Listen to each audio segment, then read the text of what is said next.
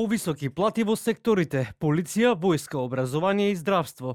Тоа треба да и биде приоритет на државата, а потоа повисоки плати за функционерите, вели првиот човек во Тирс Јован Деспотовски. Според него, овие сектори се клучни кои заслужуваат повисоки плати ако сакаме подобро здравство, образование и безбедност. Ако веќе станува збор за ограничени финансски ресурси за кои што располага државата, станува збор, би дал приоритет на раст на платите во сегментот полиција, војска, образование и здравство.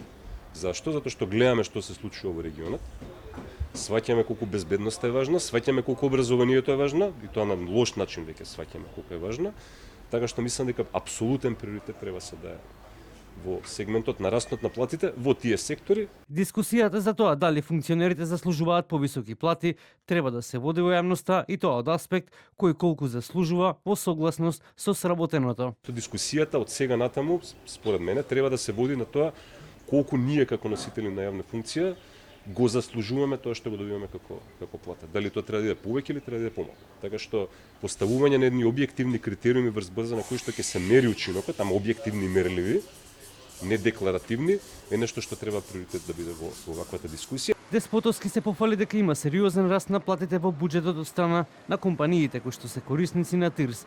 Минатата година само по основ на придонеси од персонален данок растот бил на 35% во однос на 2021 година. Тоа значи кога платите во буџетот ако 2021 година биле некаде ниво 2 милиарди денари, минатата година се регистрирани безмалку 2,75 милиарди денари, односно 750 милиони денари повеќе средства влегле во буџетот во однос на 2021 година. На што се должи тоа? Пред се на регистрираниот раст на број на вработени 17% и она што имам исто така можност да го увидим од самите годишни сметки, тоа е засилената динамика на раст на платите. 3 нови странски инвестиции најави Деспотовски и кажа дека со трите компании веќе се постигнати договори.